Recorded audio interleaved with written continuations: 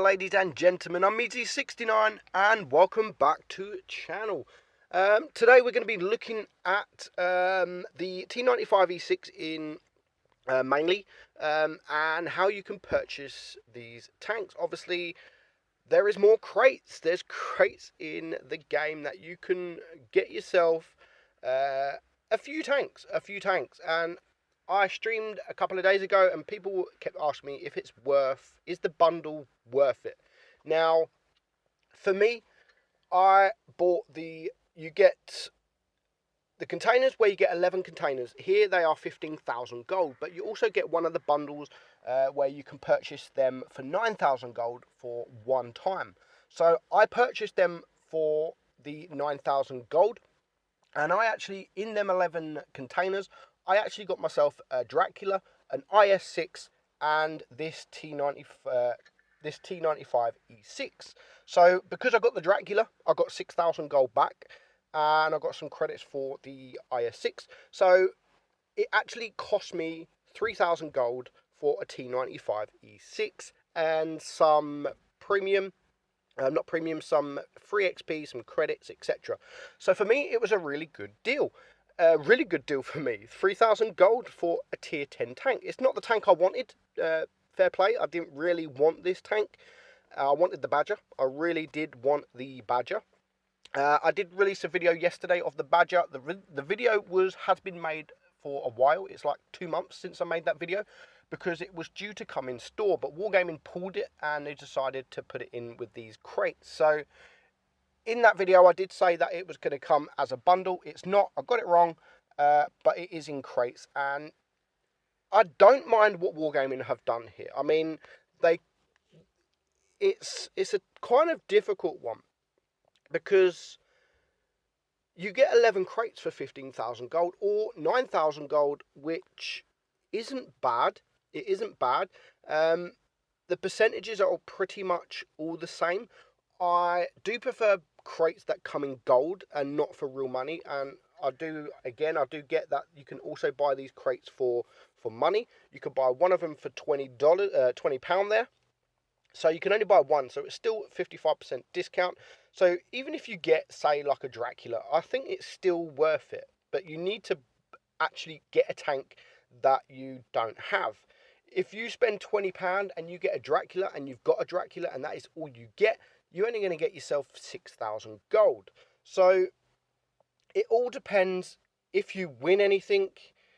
I mean, I don't like the fact that you buy yourself 11 crates and each crate is different. Each crate is different. So you don't just get 11 crates. What I would have preferred Wargaming do is you get 11 crates and you can earn any one of these tanks in them 11 crates.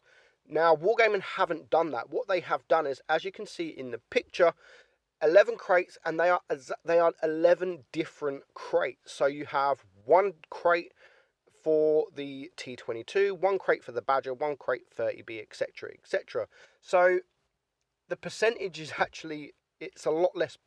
There's a lot less chance of actually winning a tank because you're only opening one tank of each. So I would have preferred if they just stuck all these in the same crate and you get 11 crates to open and you can win any of them. They're the same crate. That is what I would have preferred. But Wargaming haven't done that. I mean, I don't understand why the T22 is more percentage than like the Lerva and the FCM, IS6, etc. I don't understand why that. And the rest of them, I would have preferred, obviously, because you're only opening one crate for each tank, it would have been nice just for the percentage to be a little bit higher. I know I did win 3 tanks. I got very lucky. I did open some crates on stream, and I literally didn't get anything. I think the first time I opened, I got the Dracula. But it cost me 9,000 gold for a Dracula, which I already had, so I got 6,000 gold in return. So that was a loss for me. And then I opened another 11, and I got literally nothing.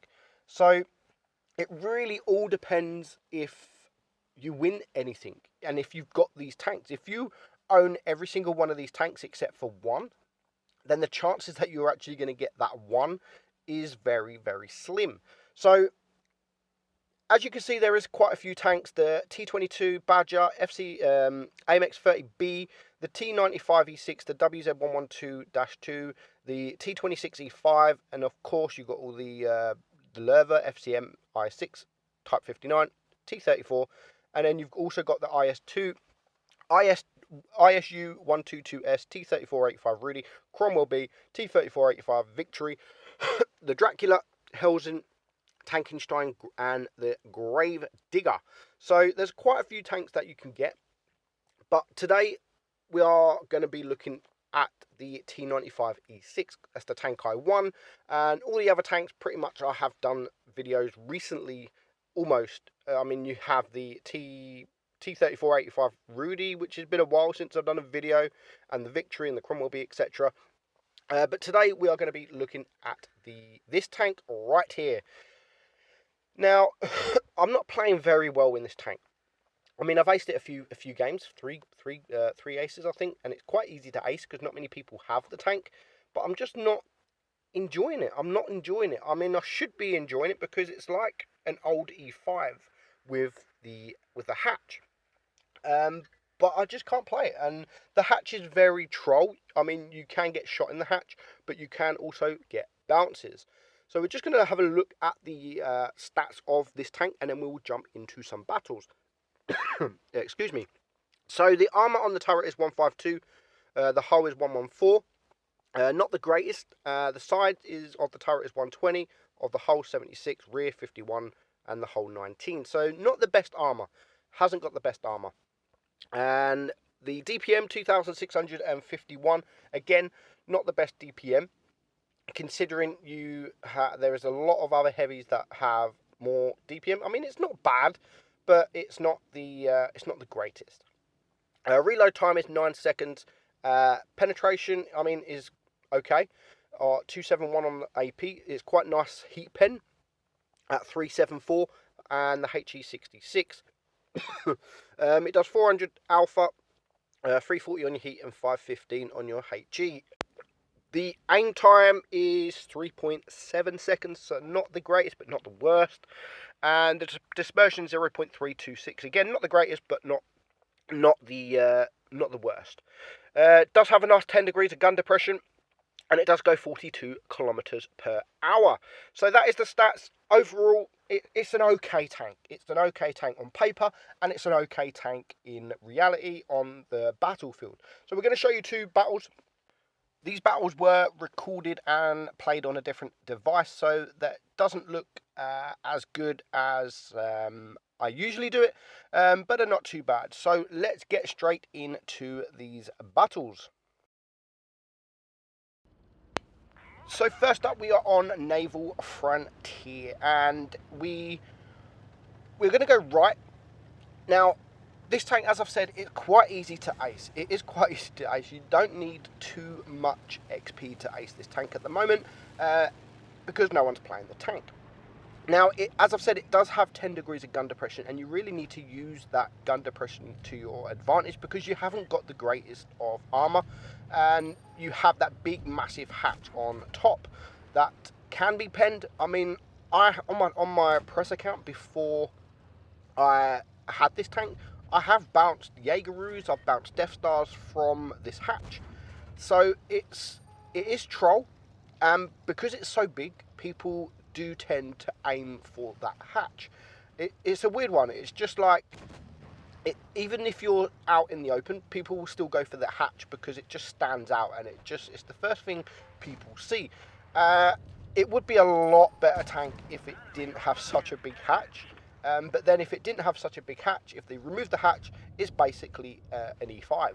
So this is pretty much an old E5. It's pretty much an old American E5 tank when it had that big, massive hatch.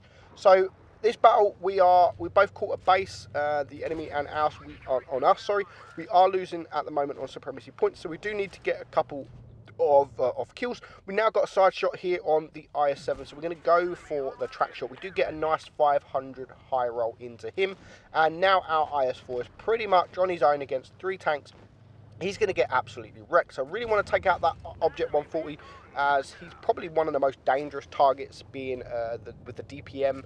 Now I am going to go hopefully for get the bottom plate of the IS-7. I wanted to really kill the E100 because he is the lower hit point, but this IS-4 has actually done a pretty amazing job in keeping alive, and I do manage to take out the E100. So I'm going to go and push first, hopefully this IS-4, which is a clanmate of mine, one another, and we are going to push. I'm going to push left. IS-4 is so lucky. Yeah, he is lucky, but he also played very, very well, so it's not just about luck. So we are now behind this IS-7. Now, this IS-7 is just sitting there, turning his turret, not moving, and it allows us to get some shots into him. So we're going to use the heat, hopefully before he shoots us, doesn't manage to kill him before he shoots us. And now we are reloading, so we're just going to turn around the corner. There's only 3 tanks left. We've only just done over 2,000 damage. We haven't done too big of a damage at the moment. We're not really going to do big damage this game. So there's the Yag Tiger. We are going to get a shot in. Well, we was hoping to get a shot. We do get a shot. Low roll there, just over 300 damage. But there's only now 1 tank left, and it is a heavy tank. Wherever he may be. There he is, the WZ-113, and he's against 6. Now, to be honest, I have no idea why this game was an ace. I really didn't do much at all. I think we do just over 3k damage, and it was an ace. So that's how easy this tank is to ace. I mean, it might get a little bit harder the more people buy crates and the more people that will win the crates, because this tank has only ever been available in crates, and it was available in the Christmas tree, but you needed, again, it was the lucky spin. It was only available in the lucky spin. Since then, it's come back for crates, and it's in the crates yet again. So 3,100 damage, like 1,200 base XP. IS-4 there, one another. Lucas, my old mate there, did really well in his IS-4. Couldn't keep him alive, but he did a fantastic job. Next up, we are on Canal, and again, it is Supremacy. It makes it a lot easier to ace tanks in Supremacy. I always play Supremacy when I'm chasing an ace, because if you can cap some bases, get some spots, and cap bases, it does get you a lot more XP than in the normal mode, the normal game.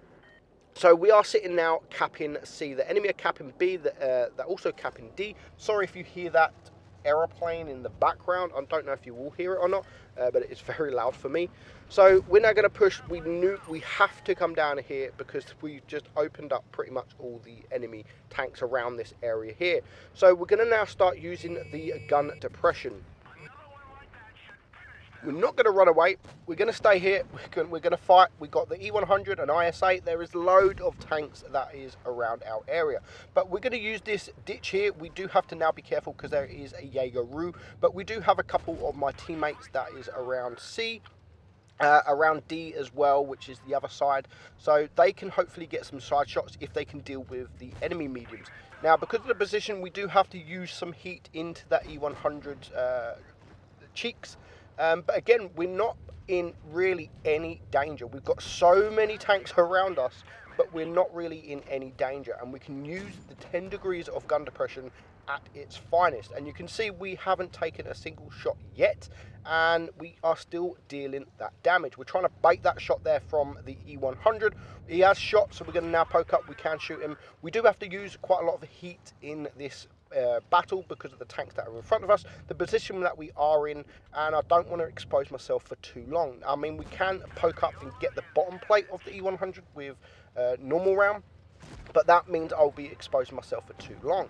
And now we are finally getting pushed by the Object 140, but by this time we do there is only 4 tanks left alive on the enemy team, and my ST here notices that I'm getting pushed, and he comes to help me. So fair play for this ST1 that has come and helped me, and probably has kept me alive, because now it's 2 tanks against 1. I bring him down to a 1 shot, and then here comes the E100. So I don't want to get shot from him, even though he has got the other gun.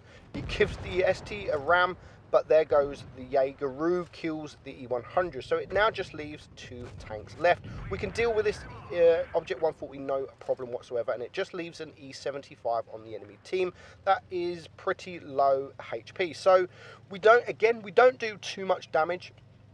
This game, we do cap a base, we probably get some spots, assistant damage. We actually did a pretty good job holding, but we just wasn't getting pushed, and that made this battle very, very, very easy for me. So we only get 1 kill. I mean, we end the game there, we got 6 tanks left alive, but it was a pretty meh game. So that is the T95E6. It's not a tank worth going for the crates. It definitely isn't a tank worth going for the crates. And the crates are only worth it if you win a tank. It is totally up to you. It's your money. If you want to buy crates, then buy crates. Hope you enjoyed the video, guys.